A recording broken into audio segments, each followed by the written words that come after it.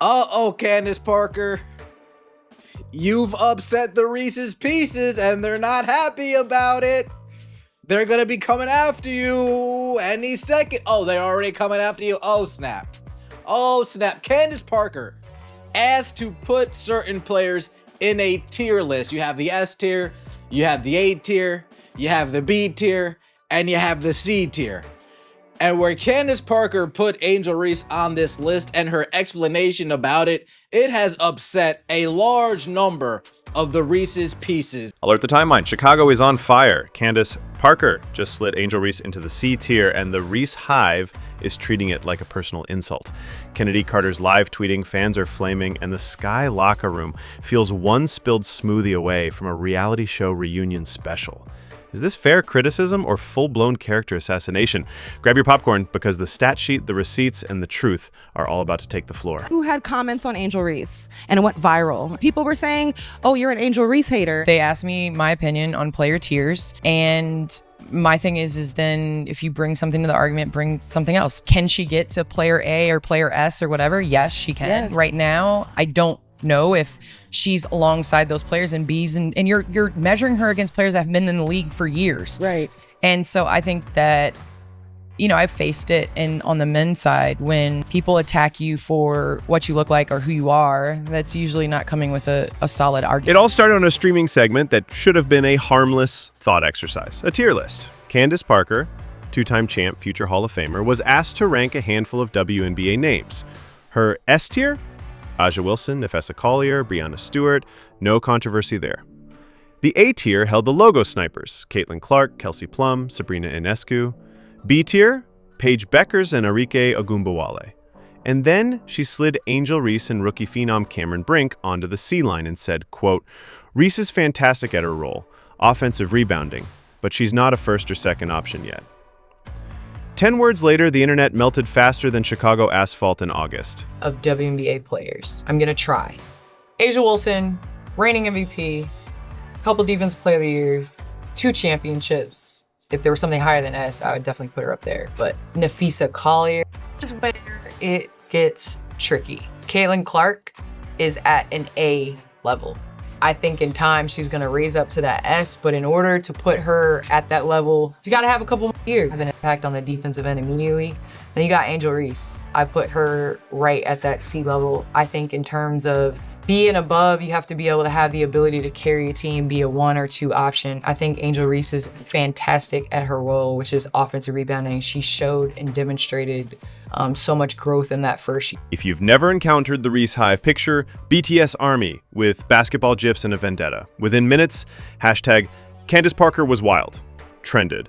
Memes sprang up comparing Parker's career numbers to Reese's rookie splits, and think pieces accused Candace of everything from gatekeeping to tearing down black women. But here's why the outrage hit DEFCON 1. Angel Reese isn't just a player.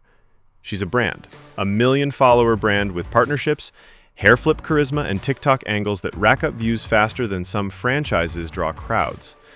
When you question the game, you threaten the hype machine, and that machine feeds livelihoods, algorithms, and narrative arcs. We always know she's a matchup nightmare. Oh. Paige Beckers, I can't put her above. Oh, we put Arike in the B tier? Come on. Arike is like a D tier player. Arike is a shot chucker. She could barely shoot 35% from the field most games. But go on, Candace, but go on. Sabrina's and the KPs and the Caitlin Clark. Page B tier. Put her at that B level. Right. Okay. The more Arike and her play together, right. the better they're going to make one another. Cameron Brink, I think, is, the unknown. So I put Cameron Brink on the C level, I think, just in... Meanwhile, ex-Skyguard Kennedy Carter grabbed popcorn and a ring light, subtweeting every meltdown with cryptic side-eye emojis. Carter's trolling turned the situation from disagreement into theater. Suddenly, it wasn't just Parker versus Reese. It was the past versus the present, vets versus rookies, Hooper versus influencer. And that's the exact tension the league both craves and fears. Through 40 pro games, Reese averages a double-double, about 15 points, 11 boards, but on 46% shooting, and a sub-60 free throw clip. She leads the league in offensive rebounds, yet ranks bottom 8 among forwards in true shooting. Translation? Elite motor, developing touch. Context matters, but so does conversion. Angel Reese was back to doing Angel Reese things, blowing layups, getting her own rebounds. They turned her into a point forward. She had 9 turnovers last night. I think her plus minus was minus 19. But all we keep hearing about, she now has 2 double-double streaks of more than 10 games or 10 games plus. She had one last year, now she has one this year. She's the first WNBA player to ever do this. She got the brakes beaten off of her. And awful, if you watch the game, she was awful. We need to quit celebrating these little distinctions. Here's what too many hot takes skip. Candace Parker wasn't dismissing Angel Reese. She was defining tiers by one simple metric. Can this player reliably carry a team as a first or second option in the playoffs on both ends right now? Parker's own resume? 2 finals MVPs, Depoy hardware, Olympic gold, and a highlight reel that rewrote what a 6'4" forward can do. When a legend sets a bar, you don't have to like it, but you'd better acknowledge she knows how high it is. Parker even left the door wide open. She can absolutely climb. The motor is there.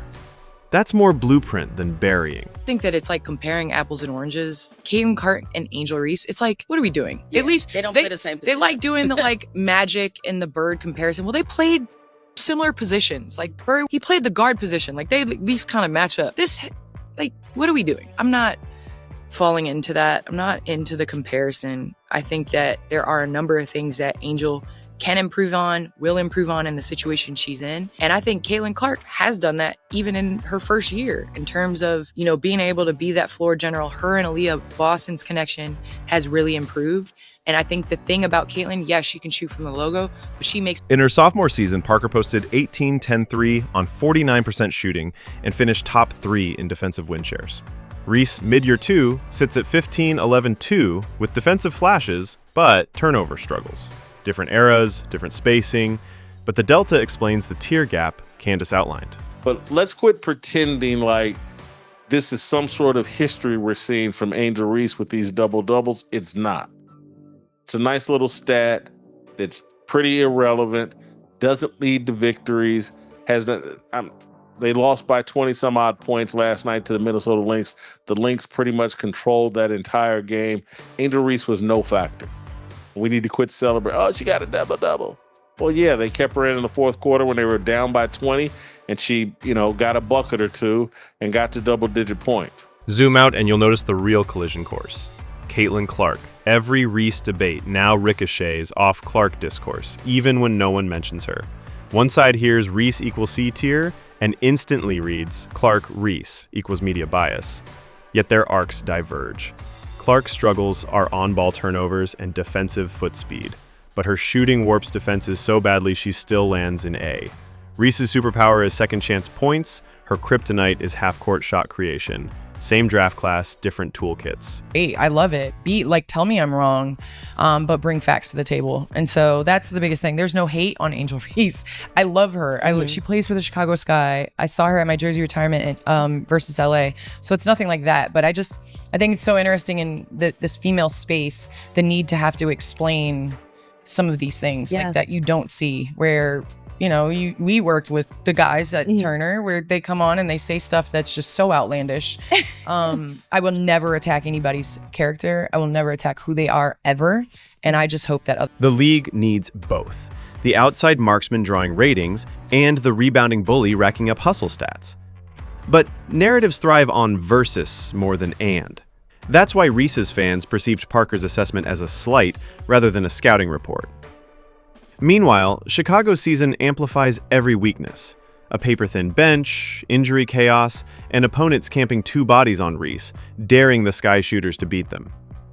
Some nights, Angel fights through for 18-15.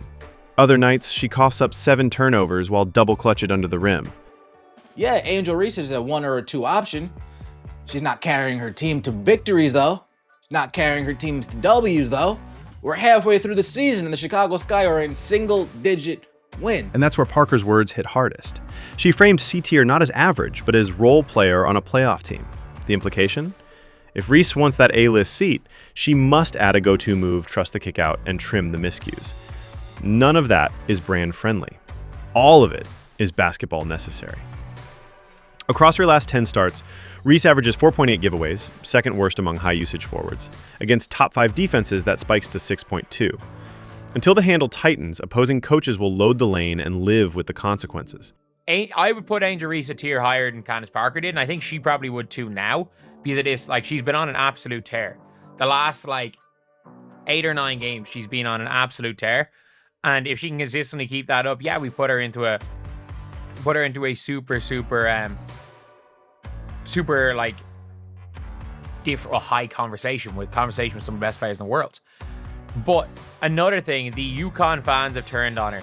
Apparently it's UConn. Candace Parker isn't walking back the take, and honestly, she shouldn't.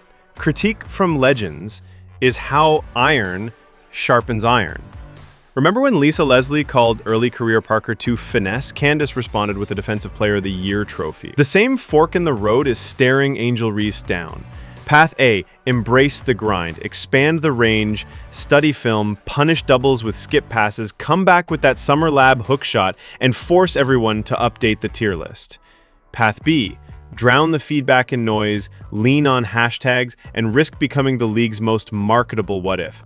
Here's the truth no one wants to tweet. Both things can be true at once. Angel Reese is a double-double machine and a rising face of women's sports. She's also a developing scorer with a turnover issue. Candace Parker is a historic icon and a brutally honest analyst. She can root for you and still rank you. Accountability isn't hate. It's the toll you pay when you chase greatness. All right, your turn. Drop your tier list in the comments. No keyboard courage ducking allowed. Is Reese a C climbing to B? Or did Parker miss wildly? And while you're down there, smash that like button so the algorithm knows you prefer facts over fluff.